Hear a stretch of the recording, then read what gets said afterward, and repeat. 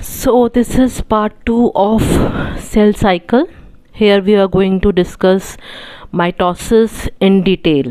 ठीक है, तो इंटरफेस हम लास्ट वीडियो में अच्छे से डिटेल में पढ़ चुके हैं कि, और हमने ये पढ़ लिया है कि इंटरफेस में एस फेज बहुत क्रूशियल होता है जहाँ पे हमारा डीएनए रेप्लिकेशन होता है. Now we are going to study M phase. M phase में माइटोसिस, एंड माइटोसिस में भी हम कौन सा फेज पढ़ने वाले हैं? कैरियोकाइनेसिस, मतलब न्यूक्लियर डिवीजन. उसके बाद हम पढ़ेंगे साइटोकाइनेसिस. ठीक है, अगर साइटोकाइनेसिस नहीं होगा तो क्या होगा? मल्टी न्यूक्लिएट कंडीशन अराइज हो जाएगी.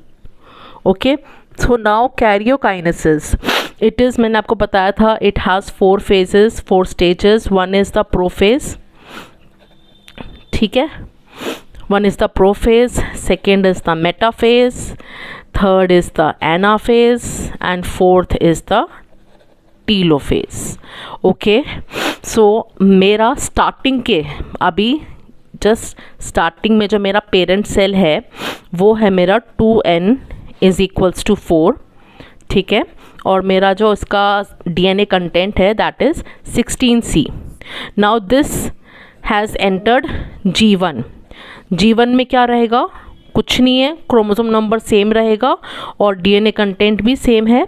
ठीक है, नाउ अब ये एंटर किया एस फेज में. एस फेज में क्या होगा? कुछ नहीं, क्रोमोसोम नंबर तो हमेशा ही सेम रहेगा, रेप्लिकेशन हो रहा है क्रोमोसोम्स का. ठीक है, DNA replication is taking place. तो डीएनए कंटेंट पे फर्क पड़ेगा, डीएनए नंबर पे फर्क नहीं पड़ेगा. तो अब ये 16C का क्या हो गया? 32C. उसके बाद ये G2 में एंटर किया. G2 में एंटर करने पे क्रोमोसोम नंबर पे कोई फर्क नहीं पड़ेगा. आपको पता है कि ऑल थ्रू आउट माइटोसिस, अगर आपसे पूछा जाए माइटोसिस में कौन सी ऐसी स्टेज है जिसमें क्रोमोसोम नंबर हाफ होता है या डबल हो जाता है या क्रोमोसोम नंबर पे फर्क पड़ता है, mitosis is an equational division. इसमें chromosome number remains the same, and mitosis में कोई भी स्टेज ऐसी नहीं है जहां पे क्रोमोसोम नंबर पे फर्क पड़े. ठीक है, बस इंटरफेज में एस फेज में आपका डीएनए कंटेंट डबल हो जाता है और कुछ टाइम के लिए वो डबल रहता है और फिर माइटोसिस के ही कैरियोकाइनेसिस के एक फेज में जाके वो हाफ भी हो जाता है, जिससे डॉटर सेल्स के अंदर पेरेंट सेल जितना क्रोमोसोम नंबर भी रहे और पेरेंट सेल जितना ही आपका डीएनए कंटेंट भी रहे. ठीक है, तो G2 फेज में क्रोमोसोम नंबर एग्जैक्टली सेम, लेकिन 32C हमारा यहाँ पर भी हो रखा है. ठीक है, अब आते हैं हम प्रोफेज के अंदर. फर्स्ट फेज जो था हमारा प्रोफेज. प्रोफेज में क्या होता है आपका? ये मैंने सेल बनाया है. ठीक है, प्रोफेज के अर्ली प्रोफेज होता है और लेट प्रोफेज होता है. लेट प्रोफेज में यू रियलाइज कि आपका जो न्यूक्लियर मेम्ब्रेन है वो ऑलमोस्ट डिसअपियर हो चुकी है. ठीक है, ऑर्गेनल्स डिसमेंटल हो जाते हैं. मतलब एक तो आपकी जो न्यूक्लियर मेम्ब्रेन है, आप इसको हमेशा स्टार्ट्स लिखोगे, स्टार्ट्स डिसअपियरिंग. ठीक है, पहला ये हो गया. उसके बाद न्यूक्लियोलस डिसअपियर्स. ठीक है, देन सी क्रोमैटिन. अभी तक सिर्फ क्रोमैटिन थ्रेड्स थे, अब क्रोमैटिन जो है वो कंडेंसेशन स्टार्ट हो गया है. कंडेंसेशन बिगिंस, एंड ये बिगिंस एंड कब होता है? At the beginning of metaphase पे. ठीक है, तो क्रोमैटिन कंडेंसेशन बिगिंस. उसके बाद जो आपके सेंट्रोजोम्स थे, सेंट्रियोल्स मल्टीप्लाई होते हैं ना, रेप्लिकेट होते हैं इस फेज में. और सेंट्रियोल्स होते किसके अंदर है? सेंट्रोजोम एक अमॉर्फस मटेरियल प्रेजेंट होता है आपका. ठीक है, ऐसे ऐसे, और उसके अंदर आपके 2 सेंट्रियोल्स होते हैं जो परपेंडिकुलर डायरेक्शन के अंदर प्रेजेंट होते हैं. So this a pair of centrioles present in amorphous material is called as centrosome. तो सेंट्रोजोम का बेसिकली डुप्लीकेशन होता है. तो सेंट्रोजोम जो है वो it starts moving towards opposite pole. ठीक है, तो मैं अब इसको कैसे कैसे दिखाऊंगी। न्यूक्लियर मेम्ब्रेन, क्योंकि आपका याद रखना बेटा, nucleus, mitochondria and chloroplast 3 organelles थे, जिस 3 ऑर्गेनल्स होते हैं जिनकी डबल मेम्ब्रेन होती है, न्यूक्लियस, माइटोकॉन्ड्रिया एंड क्लोरोप्लास्ट। ठीक है, न्यूक्लियस के अंदर जेनेटिक मटेरियल होता है, ओके, इसका अपना जेनेटिक मटेरियल। क्लोरोप्लास्ट में भी डीएनए होता है अंदर, ठीक है, एंड माइटोकॉन्ड्रिया के अंदर भी डीएनए होता है, ओके। अब ये जो इसके अंदर सपोजिटली मैंने लिया था ना पेरेंट सेल, मैंने क्या लिया था 2n = 4, तो स्टार्टिंग में मेरे जो थे एक ये थ्रेड था, ठीक है। अब क्योंकि ये रेप्लिकेट हो रखा है तो मैं इसको ऐसे दिखाऊंगी। एक क्रोमैटिन थ्रेड ये है, रेप्लिकेटेड क्रोमैटिन थ्रेड, एक ये है, एक ये है और एक ये है, ठीक है। न्यूक्लियोलस को मैंने गायब कर दिया है, न्यूक्लियर मेम्ब्रेन को भी मैंने गायब कर दिया है। ऑर्गेनल्स जो मेरे हैं डिसमेंटल होना स्टार्ट हो चुके हैं, मतलब डिसअपियर होना स्टार्ट हो चुके हैं, और वो मैं ऑर्गेनल्स नहीं दिखा रही हूँ। सेंट्रोसोम्स जो हैं वो सेंटर में थे, ठीक है, अब वो शुरू कर चुके हैं अपोजिट पोल्स पे मूव करना, ठीक है। अब इसके बाद बारी आएगी मेरी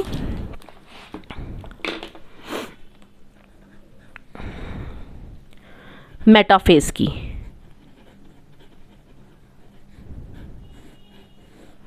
मेटाफेज में मैं कैसे दिखाऊंगी, न्यूक्लियर मेम्ब्रेन हैज डिसअपियर्ड, मतलब a part nuclear membrane disappeared, okay.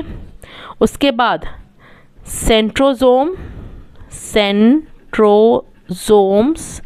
Reach opposite poles, ठीक है। देन थर्ड,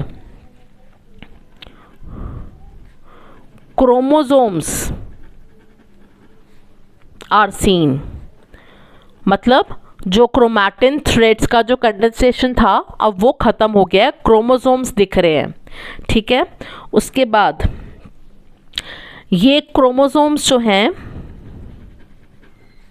अलाइन कर जाते हैं, they align in the centre of cell, ठीक है। उसके बाद ई पार्ट, जो आपके सेंट्रोसोम्स थे, सेंट्रोसोम्स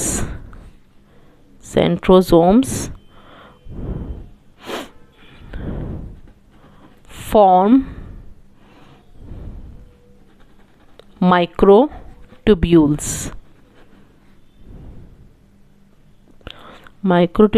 फॉर्म करेंगे या माइक्रोट्यूब्यूल्स अराइज लिखो इसके अंदर।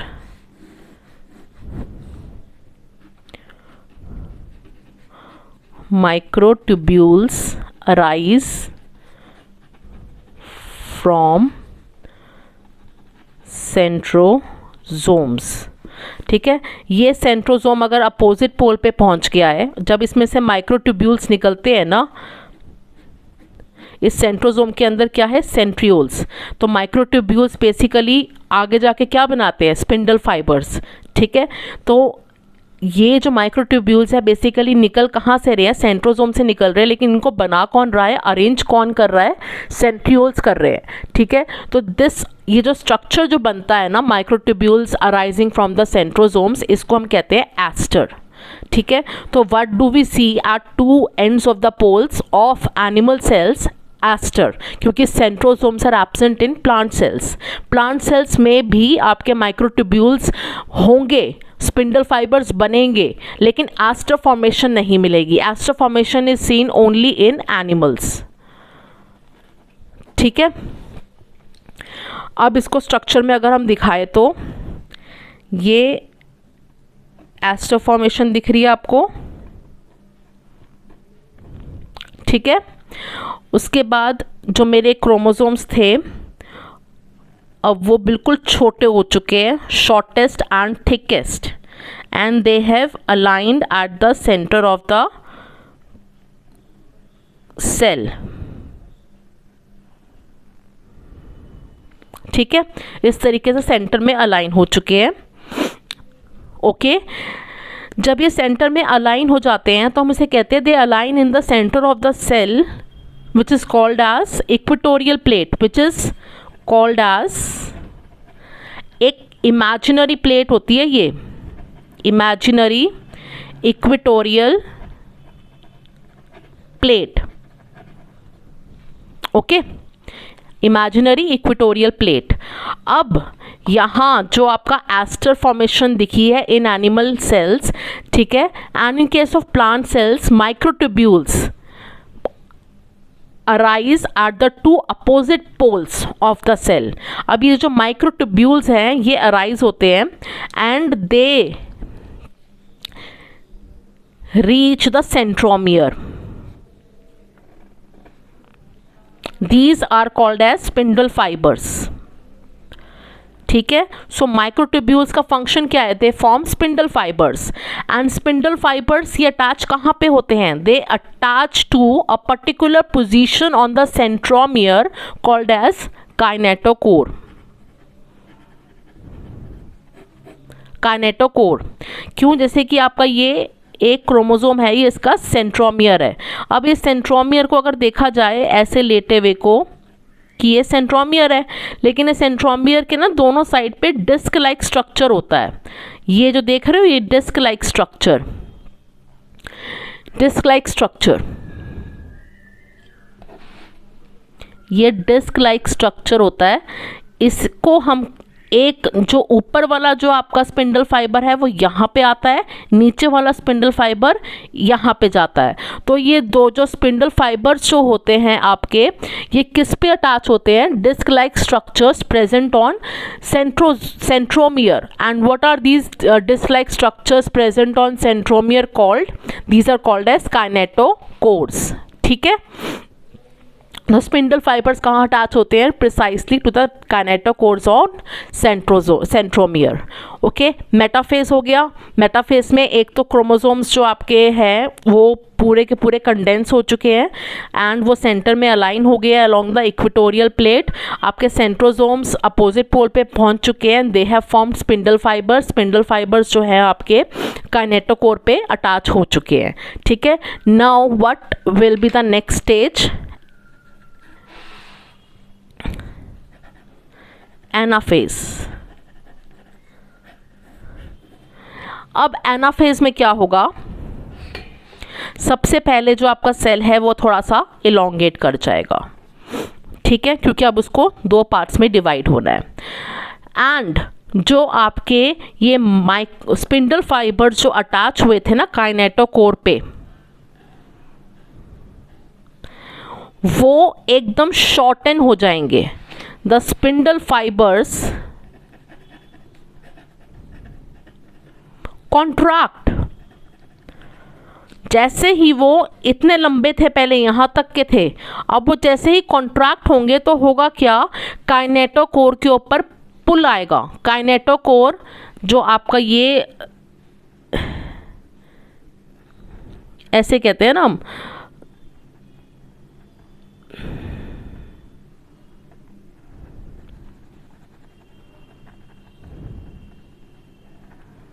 ये मेरा सेंट्रोमियर है, इसके ऊपर यहाँ पे स्पिंडल फाइबर्स अटैच्ड है। अब जैसे ही मैं स्पिंडल फाइबर्स को कॉन्ट्रैक्ट करूँगी, खींचूंगी, तो क्या होगा कि ये सेंट्रोमियर स्प्लिट कर जाएगा। तो सेंट्रोमियर जैसे ही स्प्लिट करेगा, और सेंट्रोमियर पे कौन ज्वाइंट है? एक सिस्टर क्रोमेटिड यहाँ पे, दूसरी सिस्टर क्रोमेटिड यहाँ पे। तो जो सिस्टर क्रोमेटिड्स हैं वो आपस में सेपरेट हो जाएंगे, ठीक है। तो एनाफेज का जो लैंडमार्क होता है, ट्रेडमार्क पॉइंट है, वो ये है कि स्पिंडल फाइबर्स कॉन्ट्रैक्ट करते हैं, जिसकी वजह से sister chromatids separate and move towards opposite poles, ठीक है। अपोजिट पोल्स पे मूव करते हैं और इनकी मूवमेंट के टाइम पे इनकी पोजीशन पूछी जाती है। What is the position? How is the position of the sister chromatids when they are moving towards the opposite pole? The centromere leads and the arms they lag behind. Centromere leads and the arms lag behind.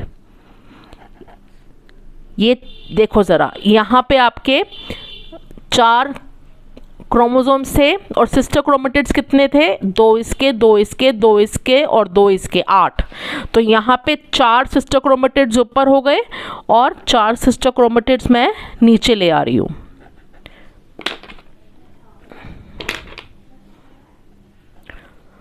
Movement पूछी जाती है हमेशा। The centromere Leeds and the arms they lag behind. ठीक है, जो chromosomes को study करने का, मॉर्फोलॉजी ऑफ क्रोमोसोम्स को स्टडी करने की जो बेस्ट स्टेज है दैट इज मेटाफेज, क्योंकि यहाँ पे क्रोमोसोम्स का मैक्सिमम कंडेंसेशन होता है। ठीक है, और क्रोमेटिड स्प्लिट कब होते हैं? एनाफेज के अंदर। ओके, तो क्रोमोसोम स्प्लिट होते हैं एनाफेज में एंड लेट एनाफेज में आपका जो ये सेल है ये इलोंगेट हो जाता है। ठीक है, अब आती है लास्ट स्टेज ऑफ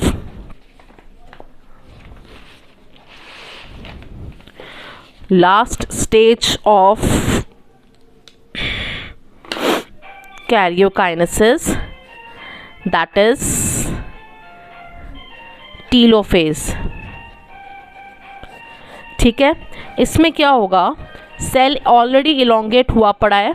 ठीक है, यहाँ पे आपके ये सिस्टर क्रोमेटिड्स थे, ऐसे ही थे ना बेटा?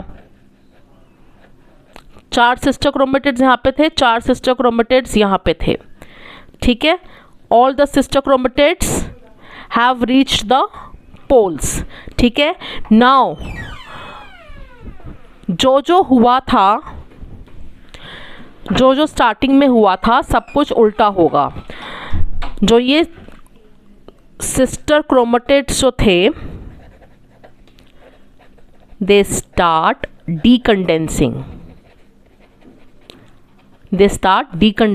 डीकंडेंस होने की वजह से क्या बनेगा? Chromatin threads. ठीक है, दूसरा न्यूक्लियर membrane starts appearing। ठीक है, तीसरा न्यूक्लियोलस appears। ठीक है, चौथा organelles appear and finally we have 2 nuclei at 2 poles। अब बिल्कुल लेट टीलोफेज का डायग्राम बनाने के लिए अगर आपसे आए तो आपसे लेट टीलोफेज का डायग्राम इस तरीके से बनाना है। ये आपको न्यूक्लियर मेम्ब्रेन दिखानी है क्योंकि 2 न्यूक्लियाई बन चुके हैं। उसके बाद उसके अंदर आपको क्रोमेटिन थ्रेड्स दिखाने हैं। कैसे दिखाओगे? 1 2 3 4, 1 2 3 4 न्यूक्लियोलस दिखा देना है यहाँ पे, और आपके कुछ ऑर्गेनल्स रीअपियर कर गए। अब लास्ट में होगा हमारा साइटोकाइनेसिस। तो जो हमारा पेरेंट सेल था, वो पेरेंट सेल क्या था? वो ये था। इसके अंदर क्या थे? 4 थ्रेड्स थे। और अब हमारे जो दोनों पोल पे क्या आए हैं? 4 थ्रेड्स। ठीक है, तो टीलोफेज में अब जो 2 न्यूक्लियाई बन चुके हैं, यहाँ पे 2n = 4 है एंड डीएनए कंटेंट कितना है? जो सिस्टर क्रोमेटिड्स जब आती है तो डीएनए कंटेंट डबल हो जाता है। अब सिस्टर क्रोमेटिड सेपरेट हो चुके हैं तो DNA content is 16C। 2n = 4, DNA content is 16C। सो अब हमारा जो सेल है it is now having 2 nuclei. ठीक है, अब इसको डिवाइड करना, साइटोप्लाज्म को डिवाइड करना बहुत इंपॉर्टेंट है, जिससे कि ये एक इलोंगेटेड सेल से दो सेल्स बन सके। अगर ये साइटोकाइनेसिस नहीं हुई तो एक ही साइटोप्लाज्म में दो न्यूक्लियाई हो जाएंगे। That will lead to a multi nucleate condition और बेसिकली डाइकैरियोटिक कंडीशन। दो न्यूक्लियाई डाई, तीन न्यूक्लियाई ट्राई, उस तरीके से। So now we are going to study, हमारा karyokinesis is complete and now we are going to study about cytokinesis. Cytokinesis जो होता है आपका,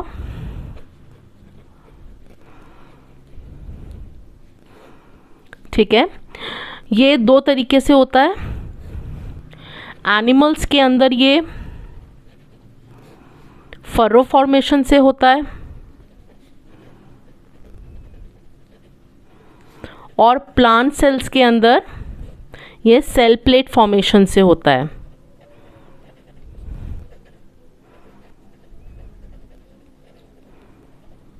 ओके, नाउ एनिमल सेल के अंदर क्या हुआ कि ये एक इलोंगेटेड सेल था जिसके दोनों पोल्स पे न्यूक्लियाई प्रेजेंट हो चुके हैं, जिनका अपना न्यूक्लियर मेम्ब्रेन है, न्यूक्लियोलस है, क्रोमेटिन थ्रेड्स प्रेजेंट है, ऑर्गेनल्स प्रेजेंट है। Now the plasma membrane, there is no cell wall in animal cells, the plasma membrane will grow inwards, ठीक है, ये इनवर्ड्स ग्रो करेगी। Okay, then it will undergo this when it grows inwards now on both the sides. This growth, inward growth of plasma membrane leads to the formation of a furrow. तो furrow क्या हुआ, ये जो अंदर move करी है ना, ये वाला जो अंदर मूव किया है पार्ट, इस चीज़ को जो ये अब बना है इसे हम कहते हैं फर्रो। अब ये जो फर्रो है it will grow in size and it will move towards the centre. तो अब ये इतना अंदर जा चुका है, ठीक है। तो क्योंकि furrow is moving towards the centre तो हम कहते हैं फर्रो फॉर्मेशन हो रहा है एक तो। सेकेंड, द फर्रो ग्रोज सेंट्रीपेटली, ठीक है, जैसे एक सेल को हमने पिचका दिया सेंटर से ऐसे। फिर उसके बाद क्या होगा, और ग्रो करेगा सेंटर के टूवर्ड्स, तो फाइनली प्लाज्मा मेम्ब्रेन टच करेंगी and they will pinch of. Pinch of मतलब सेपरेट हो जाएंगे। तो एनिमल्स में साइटोकाइनेसिस कैसे हुई, बाय फर्रो फॉर्मेशन, ठीक है, and the furrow grows centripetally. Okay, plant cells में क्या होगा कि ये आपका सेल वॉल है, ठीक है, ये आपकी सेल मेम्ब्रेन है और यहाँ पे दोनों पोल्स पे आपके न्यूक्लियाई बन चुके हैं विद द क्रोमैटिन थ्रेड्स। अब होगा क्या कि यहाँ से Golgi vesicles and vesicles from endoplasmic reticulum या एंडोप्लाज्मिक रेटिकुलम के vesicles from Golgi and vesicles from endoplasmic reticulum plus जो आपके माइक्रोट्यूब्यूल्स होते हैं वो सेंटर में अलाइन कर जाते हैं। ऊपर वाले भी अलाइन कर गए, ऊपर वाले आ गए, यहाँ से यहाँ पे पहुँच गए, इस वाले सेल के यहाँ पे पहुँच गए, ठीक है। और फिर ये आपस में फ्यूज़ कर जाते हैं। फ्यूज़ करने से क्या होता है कि ये सेल वॉल है, फ्यूज़ करने से क्या होता है कि ये इस तरीके से एक सेल प्लेट बन जाती है, ठीक है।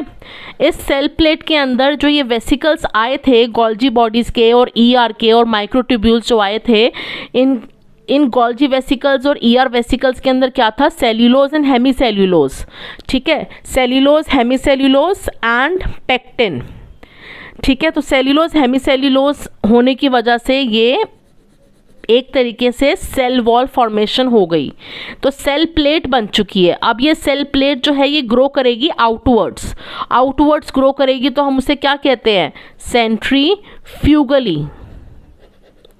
The cell plate grows centrifugally. अब ये आउट पहुँचते पहुँचते ये पूरा यहाँ तक पहुँच जाएगी, ठीक है। साथ ही साथ दोनों पोल से कैल्शियम एंड मैग्नीशियम इस सेल प्लेट के ऊपर डिपॉजिट हो जाते हैं, ठीक है, कैल्शियम एंड मैग्नीशियम, ठीक है। तो कैल्शियम मैग्नीशियम पेक्टेट, पेक्टेट अंदर था, ये पेक्टेट बाहर के टुवर्ड्स आ गया, बाहर कैल्शियम है, कैल्शियम पेक्टेट, मैग्नीशियम पेक्टेट, अंदर क्या है, cellulose and hemicellulose. Cellulose and hemicellulose ने क्या किया, आपकी जो है दो सेल वॉल बना दी, ठीक है। और सेल वॉल से अंदर प्लाज्मा मेम्ब्रेन, तो गोल्जी बॉडीज बनाई देंगी। गोल्जी बॉडीज का फॉर्मेशन का एक फंक्शन होता है repair of plasma membrane and formation of plasma membrane, ठीक है। लेकिन आपको पता है कि दो प्लांट सेल्स आपस में किससे जुड़े होते हैं, मिडल लैमेला, ये मिडल लैमेला, और ये मिडल लैमेला के लिए क्या चाहिए होता है, कैल्शियम एंड मैग्नीशियम पेक्टेट। तो कैल्शियम और मैग्नीशियम सेल प्लेट के बाहर डिपॉजिट कराया था किसने, गोल्जी बॉडीज एंड ईआर ने, और इसके अंदर पेक्टेट था आपका, तो आपका मिडल लैमेला भी बन गया। तो दो डॉटर सेल्स जो बने उनके बीच में मिडल लैमेला भी फॉर्म हो गया। तो साइटोकाइनेसिस अगर प्लांट और एनिमल सेल्स में अगर डिफरेंसेस आए तो एनिमल्स में होगा बाय फर्रो फॉर्मेशन, प्लांट्स में होगा by cell plate formation. Animals में होगा कि फर्रो ग्रोज सेंट्रीपेटली, ठीक है, और प्लांट सेल्स में होगा कि सेल प्लेट ग्रोज सेंट्रीफ्यूगली, ठीक है। ये दो आप बना दोगे, और in case of animal cells there is no formation of middle lamella, but in case of plant cells there is formation of middle lamella. ये 3 पॉइंट्स हो गए आपके डिफरेंसेस, और फिर आपका डायग्राम आपने बना दिया, तो ये कंप्लीट हो गया आपका। नाउ माइटोसिस जो है उसका सिग्निफिकेंस आता है 2 मार्क्स का, 2 या 3 मार्क्स का, तो आपको 3 से 4 पॉइंट्स लिखने पड़ते हैं, ठीक है। तो सबसे पहला सिग्निफिकेंस क्या है इसका, माइटोसिस से ही तो आपकी ग्रोथ होती है, ठीक है। देन सेकेंड, बॉडी का रिपेयर होगा, रिपेयर ऑफ एनी वुंड किससे होगा, माइटोसिस से, ठीक है। देन थर्ड, माइटोसिस जो होती है वो आपका nucleo cytoplasmic ratio, nucleocytoplasmic ratio maintain करके रखती है। अगर सेल ज़्यादा ग्रोथ हो गई है सेल की, तो उसको डिवाइड करना बहुत ज़रूरी है, तो माइटोसिस हो जाती है। न्यूक्लियोसाइटोप्लाज्मिक रेशो जो है जनरली लो होनी चाहिए।